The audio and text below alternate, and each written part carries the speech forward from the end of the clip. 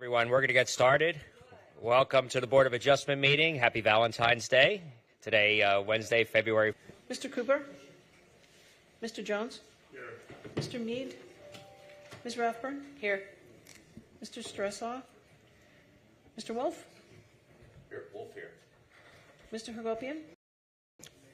And Chair Elfman. Here. You have a quorum. Thank you. We're going to start with the Pledge of Allegiance. Bob, if you could lead us. Please rise and our flags right behind you. Pledge allegiance to the flag of the United States of America, the republic for which it stands, one nation, under God, indivisible, with liberty and justice for all. Thank you. Excellent. Thank you. We're going to take a, does anybody have a motion for approval of last month's meetings? So moved. Okay. We have a motion and a second. Is there any discussion? Any corrections?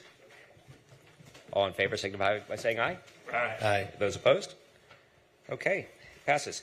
So each member of the public that wishes to speak after each item is presented and discussed by the board will have 3 minutes per item. If you are a member of association, you'll have 5 minutes. Let's start by swearing in. Jamie? Can I speak, please raise your right hand. Do you swear or affirm any testimony you give at this public hearing would be truthful and accurate? Yes? Thanks. Okay, thank you. Getting started, we did have a request for a deferral. The first one was case number 2303-0003, 5560 Northeast 26th Avenue. They had a written request for a deferral. Anybody have a motion on accepting? So moved, Mr. Chair. Is there a second? Second. Okay, that was second by Pat Ratberg. Any discussion? Okay, take a roll call, please.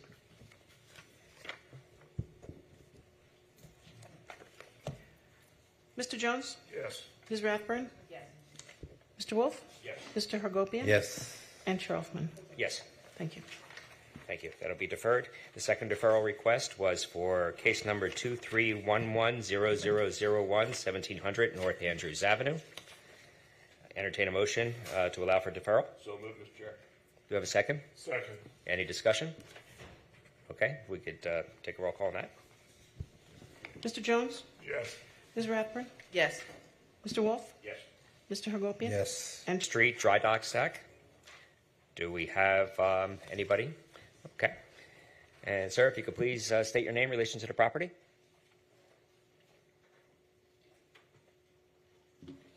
Hello, my name is Matthew Boone. I'm with Southeast Sign Company, presenting on behalf of F3 Marina.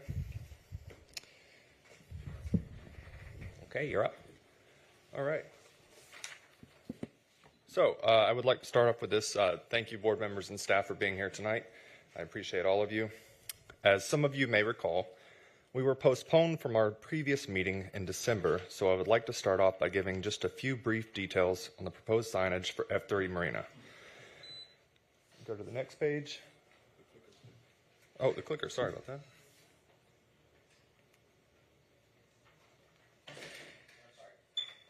Sorry, before we get started, Yes. just because we have those deferrals, I'd like to just see if we have any disclosures. So, Milton, I'm sorry, if we could start with any disclosure. Don't have any. Okay, Jason? None. Bob? None.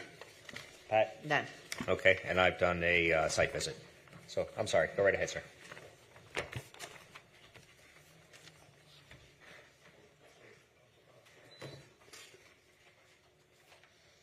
So there we are.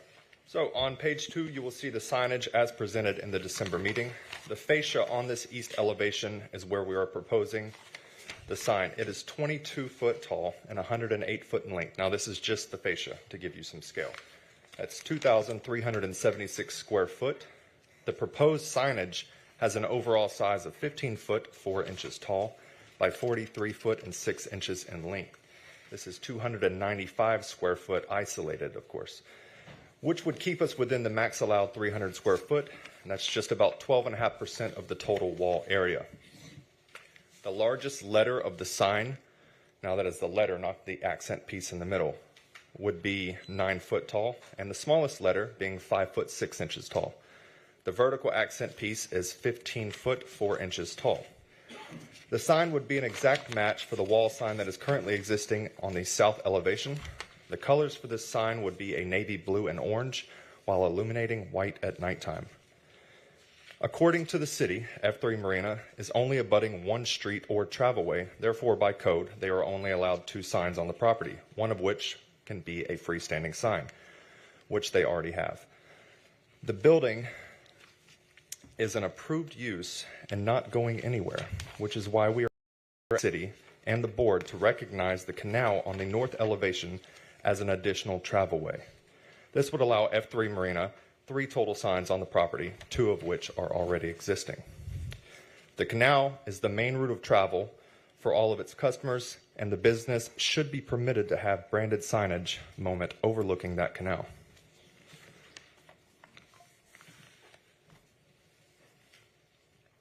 Now, with that being said, I understand that there are some pre-existing conflicts or issues between F3 Marina and the Lauderdale Civic Association. I cannot speak to those specifically. The association is not in support of the proposed signage, but invited some of our team to attend their January meetings so we could come to a compromise on the matter. I unfortunately was not able to attend that meeting, but from what I understand, there was no real discussion, just a vote from the association to not support the signage whatsoever. I am here tonight to propose a few different options to the board and any members of the association who may be in attendance. We can go to the next one. All right. So the original signage was at 9 foot for these tall letters right here. We would also be willing to propose a 7-foot letter option, reducing that by 2 foot. And the square footage would now be 178 square foot, and that's from the original 295. The sign would still be illuminated, but I understand that all of the signage, or I'm sorry, all of the lighting that's on the exterior and interior has now been turned off at 10 p.m. as a stipulation.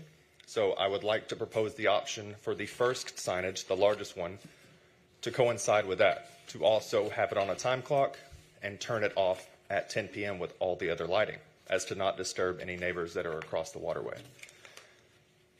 So our second option would be the 7-foot illuminated set. It would be illuminated, and it would also turn off at 10 p.m. with a time clock. You can go on to the, keep going one more.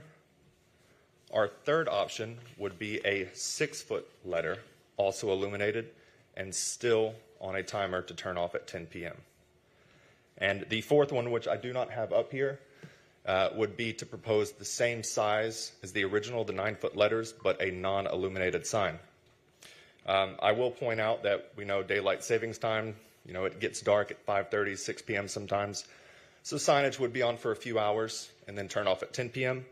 And other months, we have, 1 hour of daylight left. So I do want to point that out. I'm willing to work with the association and any board members on options I've presented tonight. I'll open it up for any questions or comments. I think we're going to keep you close because I'm going to save you a little time for rebuttal at the end. We're going to let members of the public speak. You have somebody else in the audience as well. Will they be speaking tonight or no? No. Okay. In that case, I'll have you sit down. I'm sure we're going to bring you back up, and then the board's going to have some questions for you as well. You got it. Thank you. Thank you. So anybody from the public wishing to speak? Yes, if you could please, in order, if you could please stand to the microphone and state your name and property address. Chair, Yes. I just want to clarify, because I don't know if I misunderstood what he said. The variance is for a sign on the east side only, not on the north side on the waterway, just the east side. Okay. Thank you for clarifying. Good evening. Sorry, is your microphone button pressed? Do you see a red light there? I do now. Oh, there you go. Perfect. Thank you. Good evening, members of the board. My name is Marilyn Milbano, and I am the president of the Lauderdale Civic Association. At your December 13th meeting, that was the first time we saw this application for a variance for a sign that is not on a travelway or a street. At that time, that was the first time we heard about it, just a week before, and we came and we made and we offered to meet with the applicant at our very next meeting, which was January 3rd, and he requested a deferral. We got together with them. They came to our meeting. They made a presentation. They made a presentation. We took a vote, and we voted to oppose this application. Subsequently, the sign company's representative called me from Wisconsin and suggested that, isn't there something we can do? Isn't there some compromise we can make? And I informed him that I was in no position to do that, since my organization had taken a position and no one authorized me to talk about a compromise. So what are we going to do? We're going to come here tonight. So here we are. And as the applicant said, we have taken a vote, and it was unanimously opposed to the application. And there are members of the association here who will speak to why they think this is not a good idea, but I would like to speak to why this application does not meet the findings for a variance. There are 5 findings, as you know. And the first finding is that there needs to be special conditions and circumstances affecting the property at issue that prevent a reasonable use of the property. The applicant actually has a very reasonable use of his property. He's running a very profitable business, and from what we understand from people who own boats there, they're full, and they recently raised their rates. This is not a transient marina. There is no reason for having signage facing the intercoastal waterway. This is a contract facility. People rent the space for a period of time. They know where the boat is, where the boat has to go. It's not like you have, people from Connecticut up and down the intercoastal looking for a place to go. This is a contract storage facility. So it doesn't operate at night. And as a matter of fact, the lights go out at 8 o'clock, not 10 o'clock, because that was a condition of the Planning and Zoning Board when it was approved back in 2022. Planning and Zoning was very concerned about illumination and the negative impacts on the people along the canal, across from the canal and down from the canal. So that's why that particular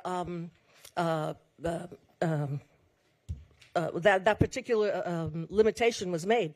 They also limited specifically signs on the north side of the building, which is the waterway, which can be considered a travelway, specifically prohibited signs on the north. So just for information's sake. B, circumstances causing special conditions are peculiar to the property at issue or a small number of properties. The applicant's comment is non-responsive, as there are no circumstances peculiar to this property or conditions. There are other similar commercial and marine properties along the canal, one immediately adjacent to this property. They are not requesting variances to have signs advertising their brand and location. The applicant's property is similar to a large number of commercial and marine businesses throughout the city that are located some distance from the entrance of the canal. There is nothing unique about this property. C, the literal application of the provisions would deprive the applicant of substantial property rights enjoyed by other property owners in the same zoning district. It shall be of no importance that denial of the variance will deny the owner a more profitable business. Man has a profitable business, a reasonable business, because he wants to brand his business and attract additional attention to his business, and he would be more profitable. That's not specifically not a criteria for the granting of a variance. D, there is a unique hardship, and it is not created so the applicant or his predecessors or a mere disregard or ignorance of the provisions, okay? The applicant picked this location for his business and was aware of the limitations related to signage and nighttime illumination because they were conditions of his conditional use permit. The site plan was approved in 2020. The ULDR limitation on signs not facing a street or a vehicle way were in the resolution when he built his facility and have not changed since. Nothing has changed. And E, the variance is the minimum variance that will make it possible for a reasonable use of the property. He has a reasonable use of the property. And the variance will be in harmony with the general purpose and intent of the ULDR. I would quote from the ULDR. This variance is not in harmony with the general purpose and the intent of the ULDR, which prohibits signage as not on a street or a vehicle way. According to the section, This section is intended to provide reasonable, content-neutral regulations of signs to enhance the efficiency of land use and planning in general. They are meant to provide a reasonable use of advertising for the establishments, but they are specifically meant to not to control excesses in urban advertising. Excesses in urban advertising. That's the key terminology in the sign regulation. They are there to eliminate conspicuous excesses in urban advertising. And the last part of E is the variance is incompatible with the surrounding neighborhood. The site plan approved by Planning and Zoning in 2020 prohibited the building from being illuminated at night and any signs on the north side of the building facing residential uses. Again, I want to point out, this is not on the north side facing the canal. This is on the east side that faces everybody else who can see it. Because he cannot put a sign on the north side facing everybody else who sees it. Both the ULDR and the site plan approval protected the property rights and quality of life of the surrounding neighborhood. This is key, I think. The variance is also detrimental to the public welfare, as it sets a very bad precedent for all other similarly situated properties in the city that are also located on canals along the Intercoastal Way. And they will all be requesting similar illuminated signs to direct boaters to their business. So, in summary, yes, we oppose the variance because we think it is very bad for us, for our neighbors, for our peace and prosperity and enjoyment of our properties. But I also want to say that we reject it on principle because they do not make the findings for a variance, in our opinion. Obviously, it's your opinion, but in our opinion, they do not.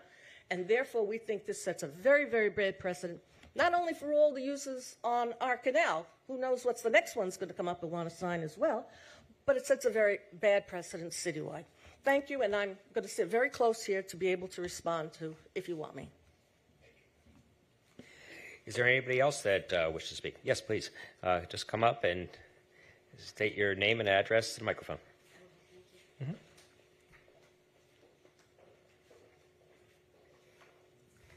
My name is Michelle Kane, and I live in the Port Condominium at 1819 Southeast 17th Street. My unit faces south, and it also faces west, and I can see the F3 building very clearly from my home.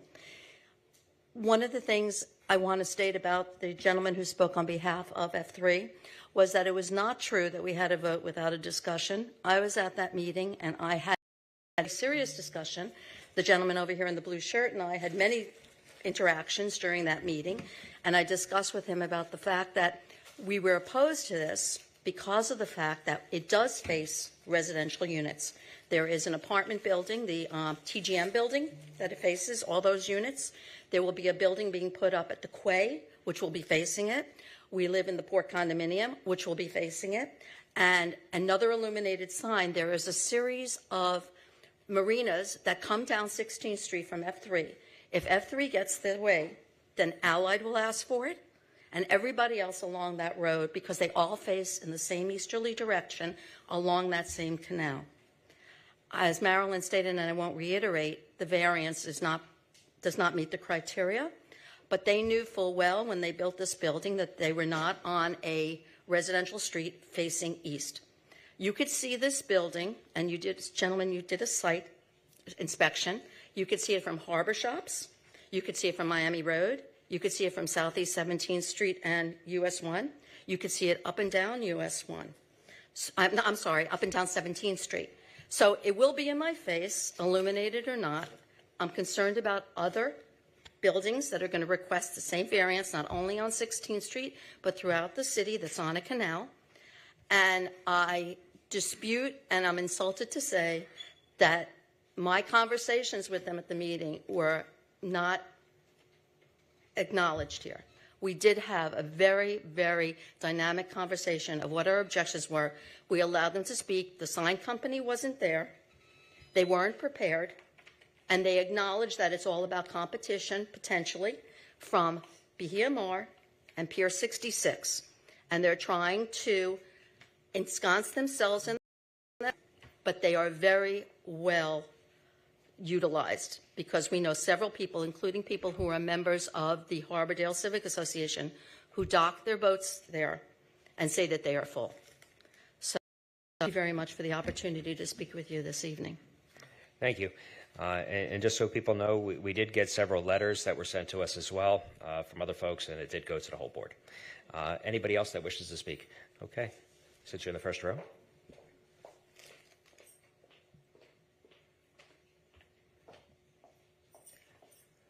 Good evening, everybody. My name is Amy Schimmelfennig. I live at the Nautical Landings Townhouse Association. It's 1472 Southeast 15th Street. I'm directly across the canal from the F3 Marina. And I want to reiterate what the two ladies just said, is that, number one, I was at the meeting on January, and I thought we had a pretty good discussion with people about our concerns about this sign. So I don't know why he's saying there was no discussion at all. That's just not true. The other thing is he's saying that the lights get turned off at 10 o'clock at night. That was not the agreement we agreed to when this was all approved. The lights get turned off at 8 o'clock at night. I don't know where that 10 o'clock is coming from. And I do want to say that I am opposed to this. My building is directly across. I'm going to see this sign from my townhouse. It ruins the quality of life at neighborhood. They are good neighbors. They turn it off at 8 o'clock. For the most part, it's quiet there after 8 o'clock, and we do appreciate having them there. They also are in one of the best neighborhoods in Fort Lauderdale to keep a boat. I don't know why they need to advertise even more. You couldn't get a better location. And speaking as a boat owner across the canal, I mean, in 10 minutes, you're out in the ocean from there. Right next to the Southport Raw Bar, so everybody knows they're there. So I am opposed to this, and I hope you'll take all this very seriously. Thank you. Yes, ma'am.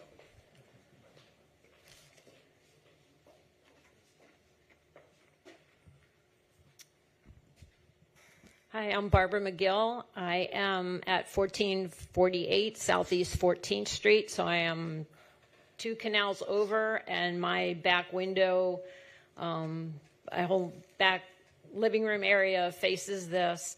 I was also the president of Lauderdale Harbors, what happened and all the conditional use, and I went to all the meetings, for dozens of meetings, and the conditions were that there would be no signage when this large building, we tried to get them to make it smaller. You know, they were like, we can't, we need so many boats to make this profitable.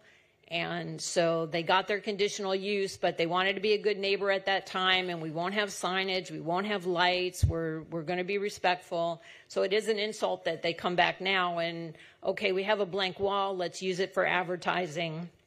I went to that Harbordale meeting, there was discussion, and one of the reasons that they said that they need it is because people coming from the beach can't find the building, which you could see this building from space probably. But coming down 16th Street, there's nothing, you know, that shows that the building's there, and they have to go all the way past the building sign. And I went on their website, I sent that to you guys. They don't even have directions coming from the east on their website. So if people are, and this is not for people that are members of this is for guests of the members that might be coming from the east, that they need this signage. So I ask you to please not give them this variance. Thank you. Thank you. Is there anybody else? Okay. We're going to have you back up. I'm sure you have a rebuttal. And then be available for some questions from the board. All right. Thank you, everyone. I appreciate all your comments. I do just want to say about the time issue between 8 and 10 p.m. I was led to believe it was 10 p.m., but if it's 8, that's perfectly fine. What I do want to say is I get your stance. I completely understand it.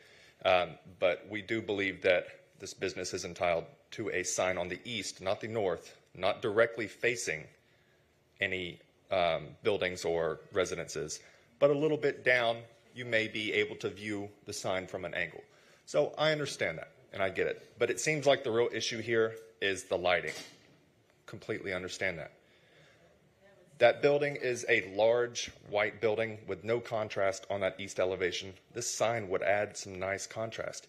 If it's the lighting that's the issue here, we can work through that. We can work around setting it at 8 That's p.m. right. Let's let him speak, please. We can also, if the brightness of the sign is worrying people, there's things called a dimmer, and the sign can be dimmed to a certain lumen or foot candle. But all in all, I'm willing to propose a compromise. If the lighting is the issue here, then we can definitely do a non-illuminated sign. I don't think you're going to be in a position to be able to get a response back from the association without a meeting for a compromise. Okay. I just wanted to let them know. Sure. That's all. Can I interrupt? Oh, sure, already did, Bob. Go ahead. Sorry. Happy Valentine's Day. Yeah, happy Valentine's Day, boss. But I mean, I just have a problem with, you're coming before asking for a variance on a number of issues. And I see the property owner's position on it, which you're not really the property owner. And I'm a big civic association person.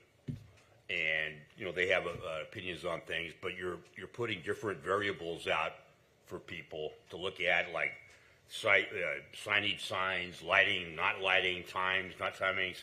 That's not our role here to debate those things, I don't think. You need to have a proposal, even if you guys disagree with something, a proposal coming before you. This is where we're at. We don't want to. You're leaving too many options out for me. I feel very uncomfortable even making an opinion on something except make a proposal. I'm not here to advise you on how to do a sign properly. I know I could probably walk into your association and chat with them for a long not agree with me, but at least we come to some kind of agree to disagree position. And I don't think you're there yet.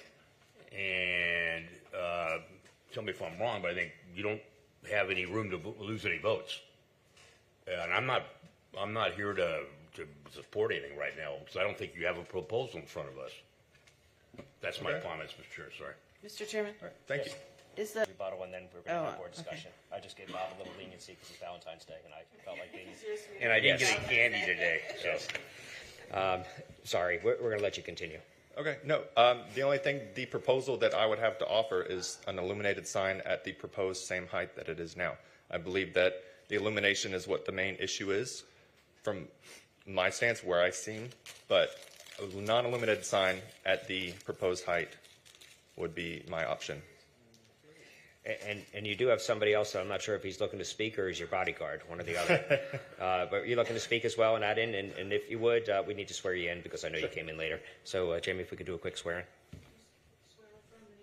testimony you give at this public hearing will be truthful and accurate? I do. Thanks. Okay, and please state your name, relation to Sure. property. So my apologies. My name's Hunter Spiller. I'm the Director of Operations for F3 Marina. So I oversee the whole Marina division, including F3 Fort Lauderdale. So I'm here to speak on behalf of our ownership. So yeah, again, my apologies for being late. So from our point of view, our existing customers, I'm sure that argument has been made, that of course they know where the building is. We're trying to get more customers. We are a for-profit business. We are not 100% occupied. So for us to be able to put our name out there for all the new residents moving to Fort Lauderdale is our goal. We want to be great neighbors. We feel like we have been. But we also feel that this variance, again, would benefit everyone. Excuse me. So we know that Southport Raw Bar, they're a great neighbor of ours right there. I know they have a neon sign in the back on the docks that is lit up. Ours is much higher than any of the residences right there as well. So we feel that even if the sign is illuminated, that it would not affect and shine down into any of the residences, because again, it's going to be on the east side of the building facing the bridge. Okay, thank you. I'm going to have you both kind of stand there, Sure. and I'm going to bring this back to the board. You're done with your presentation? Yeah. Okay, thank you.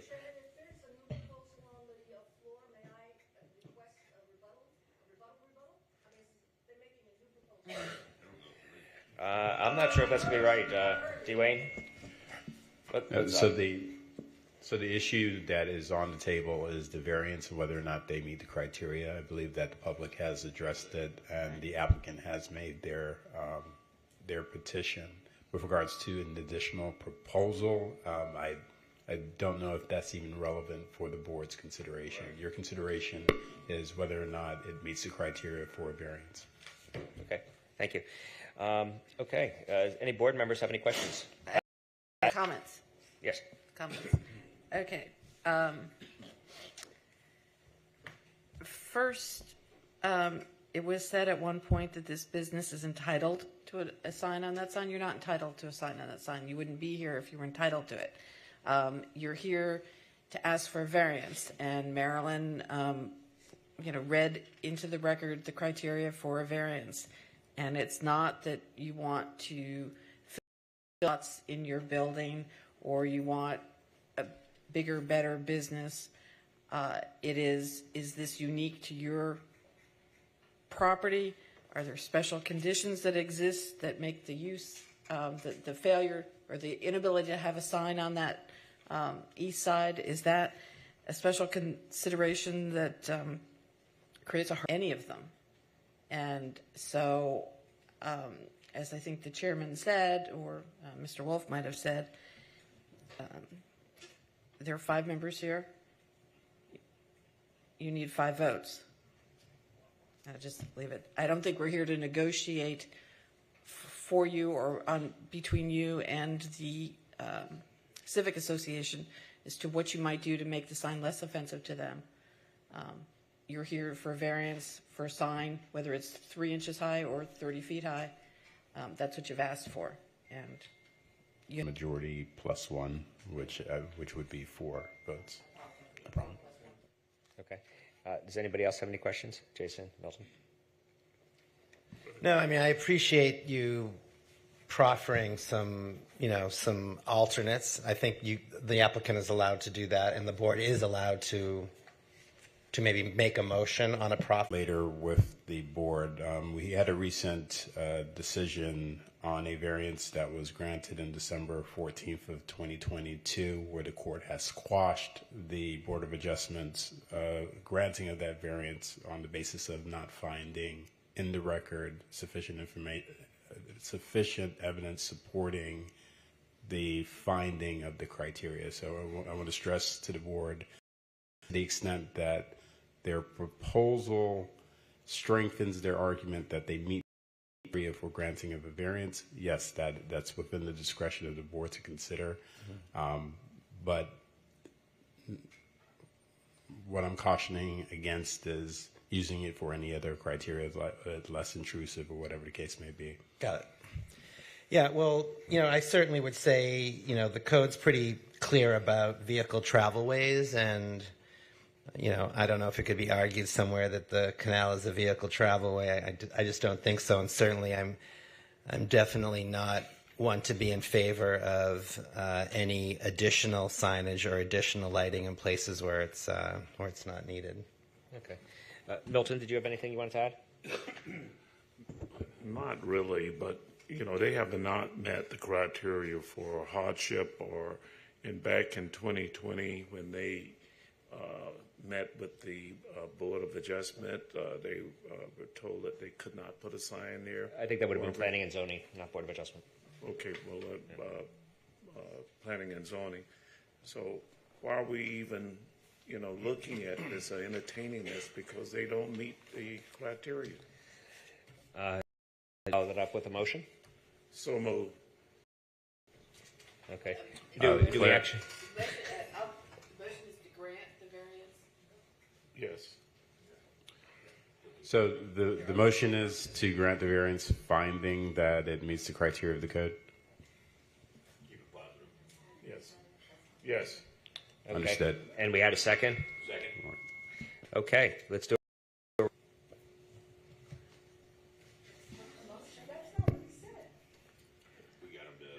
Mr. Jones? Yes. Ms. Rathburn? The motion is to grant. I Yes. think and no is. What I was saying is that, yes, that was the motion. Oh, okay. No, now I we're said yes ready. to the motion. Now we're ready for your vote. Okay. No. sorry, your vote was no, correct? No. Okay. Ms. Rathburn? No. Mr. Wolf? No. Mr. Hagopian? No. And Chair Elfman? No. The motion Failed fails. 0 to 5. Sorry. Thank you. Thank you, everyone. Thank you, everyone. You're welcome to stay, or you could leave. It's up to you. Happy Valentine's Day.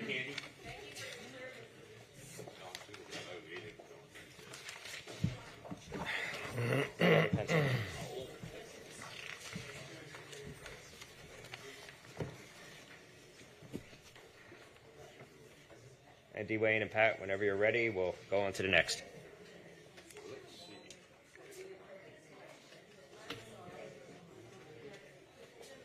Okay. Next case number 230-80004, 2500 Riverland LLC. Is there anybody here? Is an applicant here? Okay, there is no applicant. We have kicked this down the road. There's no waiver that has been followed, so we have to have a vote as far as to either accept or reject this application. I move to reject. Yes. Again, and Bert, is this the one that it would have been allowed if it hadn't been annexed in from the county?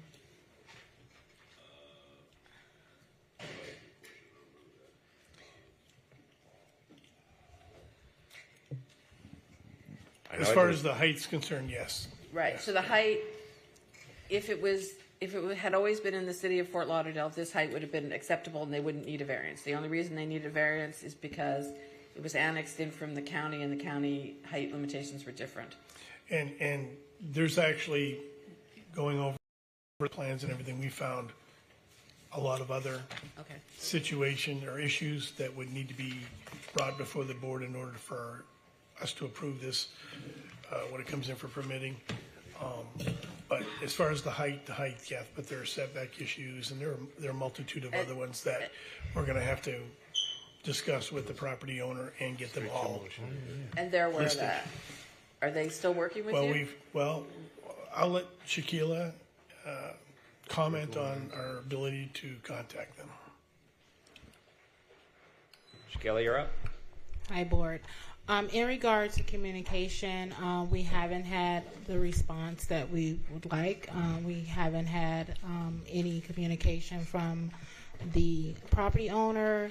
From our knowledge, the prior agent that was on this case withdrew herself. At this point, there is no agent. We were told that there would be an agent that would now be handling this case. But as of right now, we don't have an authorization letter or a waiver.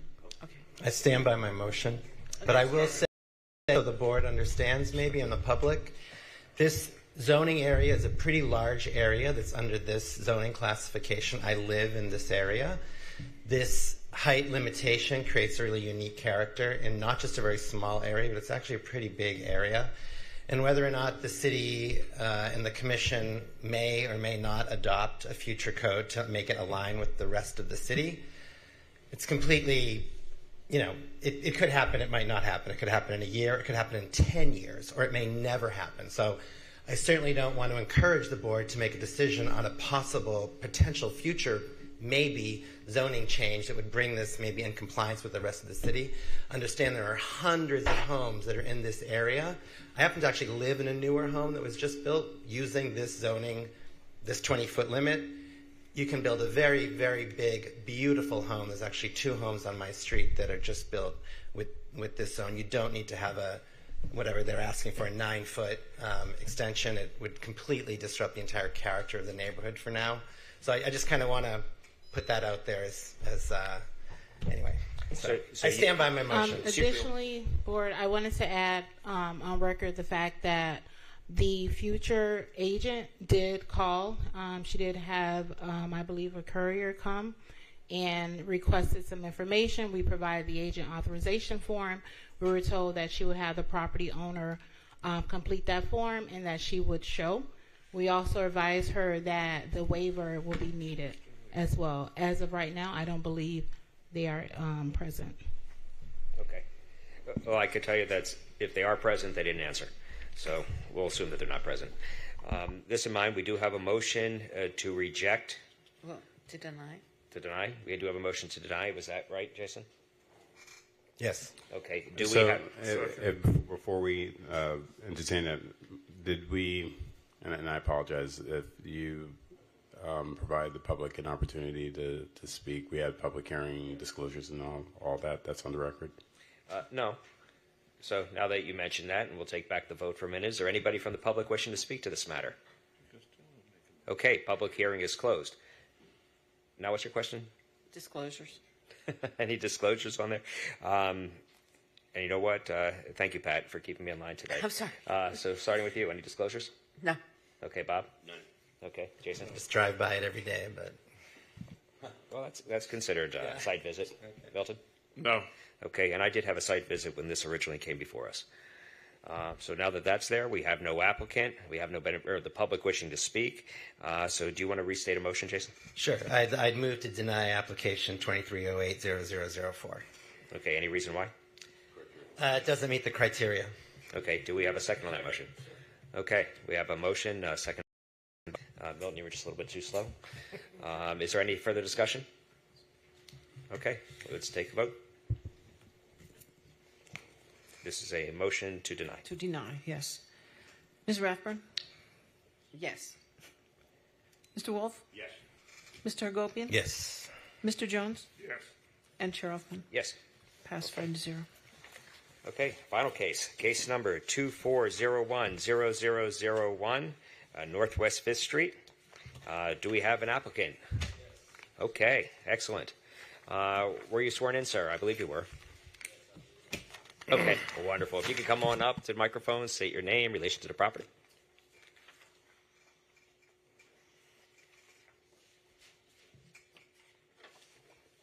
I'm sorry, before you do so, let me ask for any disclosures. See, Pat, you got me trained now. Pat, any disclosures? Bob? None. Okay. None. Jason? Okay, none for myself as well. Okay. Thank Good you. evening. Good evening. My name is Winfred Porter. I'm the property owner. My grandmother, Hazel Porter, is in the back. She was the original property owner. She's owned the property she had been in possession of the property for almost 30 years. So I'm just going to take you guys through some of my thinking and what my proposal is. So I'm putting forward a request to have a lot that meets the code right now be divided into two lots, go from one conforming lot to two non-conforming lots. Those lots will be 5,062 square feet rather than the one lot that is 10,125 square feet. And my request would be to have the permission to build on less than 6,000 square feet, which would obviously go against the current code. A little bit about, I think it's important to communicate my stake, and just being in closer proximity is something that I really value. If we look at the original plat, when she purchased it back in 1989, around that time, the land it's a close-up view. It's pretty hard to see here, but it was two lots originally. The area right now, currently, there's a two-story property right across the street and a vacant lot. And then I also decided to include a few images so gave you guys a mock-up of what could potentially go on those properties if I were fortunate enough to have permission to divide it into two non-conforming lots. It will be a north lot and a south lot, around 1,800 square feet. And then I just looked at some other properties that are in the area, some that are newer constructions that are just under or a little bit 6,000 square feet. And these properties are in the surrounding area as well. And those examples are seen in my presentation. And add a bunch of extra verbiage, but I think it's a reasonable request. And one of the things that, and forgive me, I don't think that's my place to make that statement. However, I do think that it would give us an opportunity to, utilize the land. Another thing that I want to mention is, given the fact that the community has properties that are under 6,000 square feet that have been recently built. I think that this would be consistent with some of the modifications that have been made or adjustments that have been made to code in the area as is. Okay, anything else, or? Not at the That's moment. it for now? Okay. I'm going to ask you just to stand up there, knowing the fact that we don't have anybody in the audience, but is there anybody from the public that wishes to speak to this matter? Okay. Seeing none, I'm going to close the public hearing. I'm not going to ask you to rebut nobody's statement. Vicinity map for Yes, us, sir. showing a lot of the adjacent properties. Some of the images that you're showing of examples that where the property you're stating is, it's less than the 6,000. Are they within this immediate area, or are they kind of? So the property is on 5th Street. A few of the properties are on 4th Street.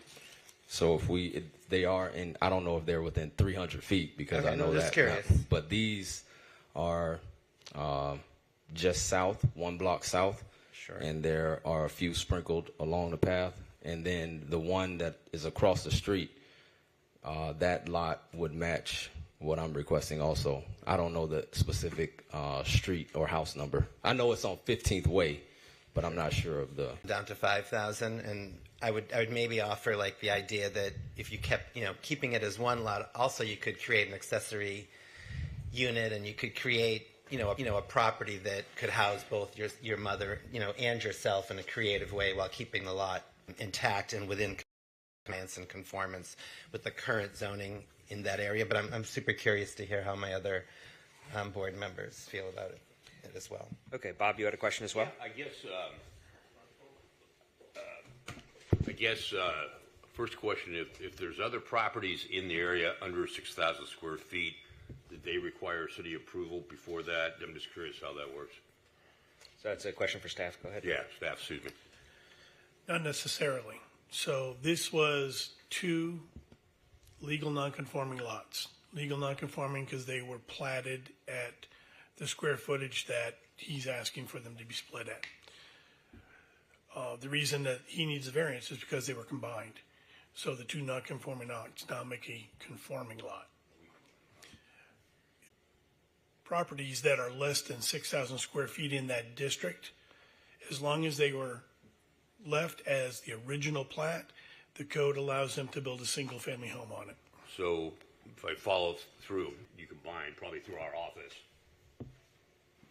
Currently, there's one folio number. Oh, one folio. There's one folio number. Before they Okay. unified the title, there was most likely 2 tax folios on there, but currently there is 1 tax folio because they were unified through Broward County. And that's what creates the criteria for a variance or request for a variance. Exactly. So if they combine them to make a conforming lot. If they want to create 2 non-conforming lots, now they have to get a variance to do so. My student hat on. Okay, Pat? Where does your grandmother live? That's a trick question. She actually lives right behind the property. Okay, so she does, because you said you wanted to do this because you wanted to be nearer, Yes. and this is a vacant lot, so she obviously doesn't live in this lot. Her property is, I don't know if you guys can see. it's That's her such a- house. That's her house right there. Okay. The one that with the orange door. That really didn't have anything to do with it. I just wanted to know. Yes.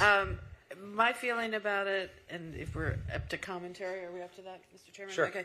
Is that the lots were platted as 50-foot or 56-foot lots, and only because in the past this lot was a lot. So I believe the hardship is not self-created, and that he meets the criteria. So I'm ready to make a motion.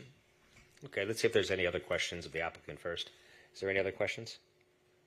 Okay. Seeing none, thank you, sir. We're just bringing it back to the board, and then, Pat, we're going to entertain your motion. My motion is to grant the variance as presented because he meets the criteria for the granting of a variance. Second. Okay, we'll have Milton do that second. Okay, so motion and second. Let's take a vote.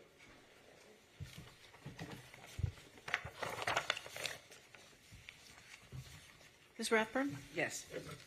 Mr. Wolf? Yes. Mr. Hagopian? Yes. Mr. Jones? Yes. And Chair Altman? Yes, Pass 5 to Thank you, 0. sir. Congratulations. Your mom looks great, by the way. Grandmother. Oh, Grandmother. So let's see if there's any communication to the City Commission. Do we have any? Chair, before we go there, I have a question for case PLN BOA 23030003 for the deferral request. Yes. The applicant requested for the April BOA meeting. I'm not sure if it's going to be for March, or did you guys grant it for April? We didn't give a time specific. give a date. So do we need to give, I guess we need to give a time specific what we're granted to, and, Yes. and they requested through April? Yes. Only if you need to preserve the notice. Are they going to re-notice it, or no? Then yes, let's be specific. Okay, specific to April. Who was the maker of that motion? Okay, so let's see if we have any objection. We okay with amending that motion to be able to make it to our April meeting? Does anybody have any objection to that? Okay. Do we need to do anything specific to just say that, or we could just say that since we're all in agreement? If you could, we'll make it have a official. motion, please. So it's to be able to extend it, that particular case, to the April meeting. And if you could just take a vote. Yeah. Mr. Wolf? yes. Mr. Hagopian? Yes. Mr. Jones? Yes. Ms. Rathburn? Yes. And Chair Elfman? Yes. Pass 5 to 0. Is there anything else? Anything else I missed? We're good? Okay. Is there any communication to the City Commission? Anything for the good of the city? For the good of the board, Deputy City Attorney Dwayne Spence, on January 8th of 2024, we received a negative court opinion from the 17th Judicial Court with regards to a petition for writ of certiorari challenging a board decision from December of 2022. The court quashed the board's final order and granted the petition of certiorari. I wanted to just highlight a few of the things that the board stated in their in the order, just for the edification of the board and to kind of provide some guidance for future motions to the board. So, in reviewing the record, and this was a variance with regards to the location of a cheeky hut. The court noted that the testimony posted board regarding the structure was primarily focused on accessories. They were not germane to the criteria under Section 472412A4.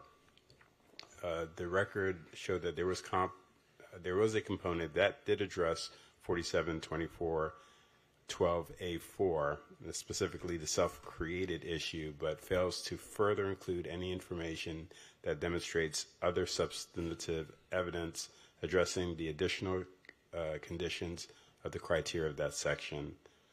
The evidence demonstrates the board repeatedly failed to address the first mandate hurdled under the ULDR Section 472412A4 in determining whether the applicant meets the unique hardship criteria.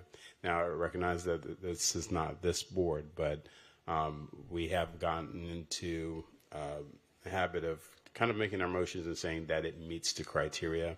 What the court said in this case basically is that they looked at the entire record and they didn't think that the applicant made the case in the record that they met that criteria. So even though the motion did state that the board at the time believed that it met the record, the court disagreed and said that it's not there. So if you don't have to change the way that you make your motions, but what I want to advise the board is to pay close attention to the actual record of the case, the testimony, and the evidence provided. And if you think it does not, that there's insufficient information to support the granting of the variance, by all means, ask the questions to invoke that kind of evidence into the record if necessary to support the variance. The case earlier with F3, for example, Ms. Mamano placed in the record point by point in opposition to that. What would have been necessary in order for that to move forward is the applicant should have addressed point by point and the opposite, because to make the record. So I just wanted to bring that to the board's attention. It was a very hard case for council to defend the city on, hence us losing, because the record just does not have the support that shows that the board considered even the criteria. There were these other situations and things that they were considering. So even if they're part of that consideration, just let's make sure that there's a laser focus on the criteria when it comes down, particularly controversial matters where you have opponents on both sides. For the vast majority of stuff, you probably won't get challenged, and that's fine. But for those that we presume that we will be challenged on, let's make sure our record is strong enough to uphold the decision that the board makes. Thank you. Thank you. Pat, do you have a rebuttal? Yeah. Rebuttal. Of course. I just want to. Do you think it's necessary to go through each and every one of the criteria when we're making a motion, or the high? Is the top hits okay, or how do you want us to proceed? I think it's sufficient to do the motions as you have been doing, but particularly when the item is controversial, we have opposition, and they're likely to be challenged. It would be important in those particular cases to go criteria by criteria. But for the sake of brevity, like the last case, there was no opposition and no likely opposition. No, it would. This last case with Mr. Porter. Yeah. There was. I think. No. You didn't address every right criteria. That's what I'm saying. Is that you wouldn't have to address every. So if someone was unhappy with that, they could say that my reason for making the motion or whatever to grant it was because it wasn't a self-created hardship, and you're saying we might have needed more. If there was opposition to that, they would look at the record and say, they'll go line by line and say, was there competent substantial evidence to support this first criteria? Was there one to support the last criteria? As this court said, for that particular case, they've only addressed that self-created aspect of the hardship, and that was the only thing that council addressed, and therefore they said the record is devoid of any support for the board's actions. So what happens to that case now? He gets his variance. What happens? No. He had his variance. The court quashed it, okay. And so now, he no longer has that variance. So we're contemplating what our next steps are going to be on that. But you said you lost. Yeah, we did. He got the variance. The court quashed the variance. Correct. And we have our 30-day appeal. It's circuit court, so we still have our. Okay. Can I ask that staff maybe include with our package just a printout of the criteria, just so we're constantly, we're reminded of it. It's on page 2 of the application. So is it? Yeah. So you do. It's have there that. every time on every application. Yes, it is. Okay. Yes. We don't want to. We don't want our motions and to kind of have to go through this and have you guys have to go through this. So we want to be extra careful, I think, and do it right. And one last thing, and we sort of discussed this a little bit. Do you prefer, or is it a better case to make all motions in affirmative? Or does it matter? So all motions have to be supported with findings. I prefer that, and when I say affirmative, you can be affirmative in denial as well. But when you have a board like this one, where you have only 5 members present, requiring a 4 vote, what you all did on the F3 vote was prudent, because it leaves you in a strange limbo situation if there was a motion for denial and you didn't get the sufficient number of votes with this limited board members. So the posture that we have taken is well, obviously, if a motion fails, the motion fails. If a affirmative motion fails, it's considered a denial because it's presumed that the board is making a decision based on the motion that says that it meets the criteria of the code, that it does not meet the criteria of the code.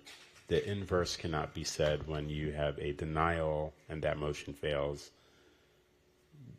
We can't presume that that means that the board, by voting in the negative, presumed that it didn't meet the criteria of the code, because that's not how it's been stated. So, if for that, okay. I know it's clear as mud. It's clear as mud. I understand. Yeah, right. On the motion, for example, the sign thing. That motion I made in the affirmative, but I had previously stated I made a motion to approve, but I'd previously stated that I didn't believe that he met the criteria. So in making a motion, was it presumed then that I thought he did, and then by the board voting no, the board disagreed? That's correct. Okay. So should I have, to cover all of our bases, reiterated in my comment section more reasons why I thought it didn't meet the criteria, or was that enough? No, the record itself would be sufficient for the rest of the board. So you're only speaking for yourself, but the rest of the board's vote, it is the record before you that the court's looking at to help determine where your decision is. You could sit there and not say anything, right. But if you voted for the project, the court is looking at the record to see whether or not there's competent substantial evidence to support you voting yes for it. So what I'm suggesting is that if there isn't, if they haven't done a good job at putting it on the record, then you ask the questions to get it on the record. Yeah. Okay. Anything else? Yeah, I just wanted to say, Dwayne, if you see us getting into trouble up here, or it's not clear, either you or staff should point it out so that we make the right motion that don't, give you heartburns in the future and you have it reversed. He's not shy about bringing something up. Sometimes we get a little confused. No, I think particularly this board's composition is a great board. I think in the past we all kind of get complacent, and I was the attorney that night, and I did get complacent. The applicant was represented by counsel, and so I was like, okay. But I won't get complacent with you guys in the future. I will interject.